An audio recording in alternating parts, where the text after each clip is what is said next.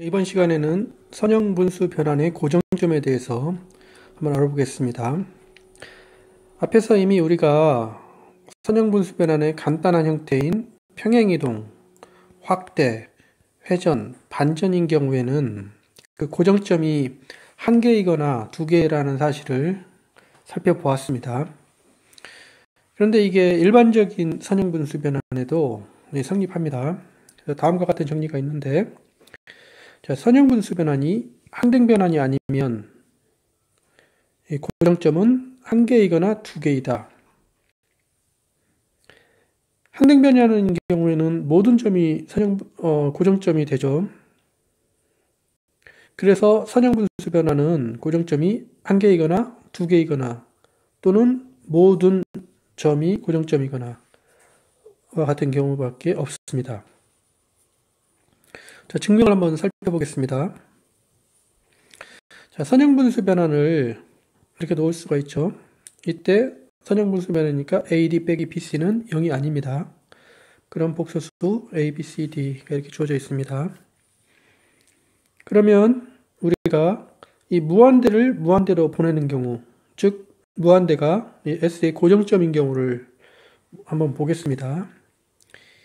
이 경우에 이제 무한대가 아닌 이 복소 평면에서 S의 고정점을 찾으려고 합니다. 그런데 이 선형분수 변환은 S 무한대가 C분의 A 꼴이 돼야 되는데 C분의 A가 무한대니까 우리가 알 수 있는 사실이 A는 0이 아니어야 되고 C가 0이어야 됩니다. 이 경우에만이 C분의 A가 무한대가 될 수가 있습니다. 그래서 A는 0이 아니고 C가 0인데 근데 우리가 이제 선형분수 변환에서 AD 빼기 BC가 0이 아니니까 이게 0이 아니고 A가 0이 아니고 C가 0이니까 D가 0이 아니어야 됨을 알 수가 있습니다. 그러면 A하고 D가 0이 아니고 C가 0이므로 이 선형분수 변환은 다음과 같이 놓을 수가 있습니다.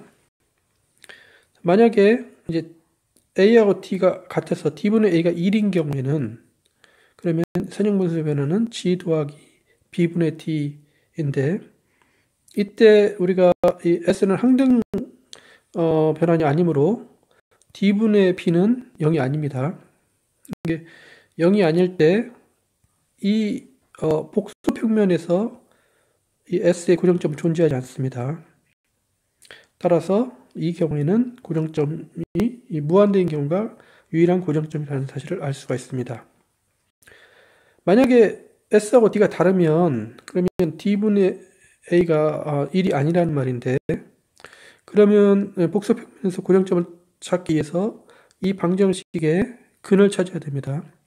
이 방정식의 근은 이렇게 바꿀 수가 있는데 그러면 이것을 갖다가는 이제 왼쪽으로 옮기면 되죠.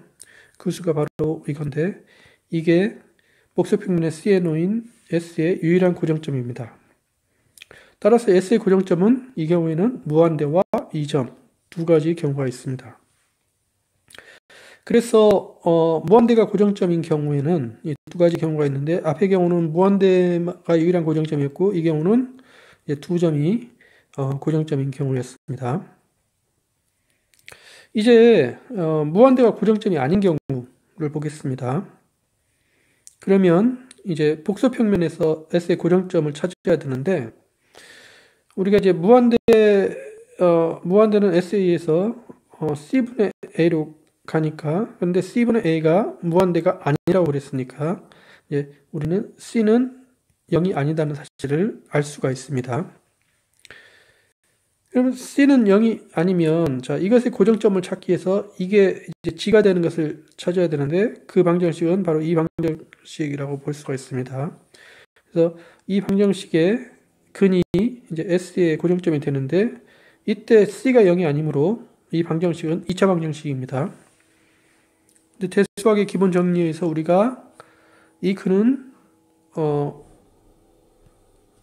해가 하나, 중근인 경우에 하나이거나 두 개라는 사실을 알기 때문에 따라서 이 경우에 S의 고정점은 하나이거나 둘, 중근일 때 하나이거나 둘이라는 사실을 알 수가 있습니다. 이상과 같이 선형분수 변화는 항등 변환이 아니면 고정점이 하나나 두 개이다. 선형분수 변환이 항등 변환일 때는 모든 점이 고정점이 되겠습니다. 자, 이것에 아주 바로 따라오는 결과는 이제 다음과 같은 사실을 알 수가 있는데, 자, 선형분수 변환의 결정은 서로 다른 세 점의 함수값을 알면 결정이 된다. 즉, 다음과 같은 정리. 두 선형분수 변환이 있습니다. 그런데 두 선형분수 변환이 G1, 서로 다른 세 점 G1, G2, G3에서 함수값이 같으면, 그러면 S와 T는 같은 함수이라는 사실을 알 수가 있습니다. 이거는 바로 따라오죠. 왜냐하면 S와 T가 선형분수 변화니까 S와 T의 역사상이 선형분수 변환인데, 이것의 합성도 선형분수 변환이라는 사실을 우리는 알고 있습니다. 그런데 이 조건 G1, G3에서 이렇게 함수값이 같다는 말은 G1, G3에서 이것이 G1, G3이 이것의 고정점이라는 사실이 됩니다. 그럼 앞에 정리에서 고정점이 3개가 나왔기 때문에 이 선형분수 변환은 항등 변환이 되겠습니다.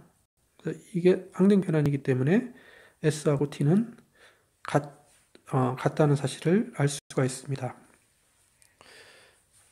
그래서 선형분수 변환은 서로 다른 세 점 있으면 그것 함수값이 결정이 되면 그 값을 가지는 선형분수 변환은 유일합니다. 네, 수고하셨습니다.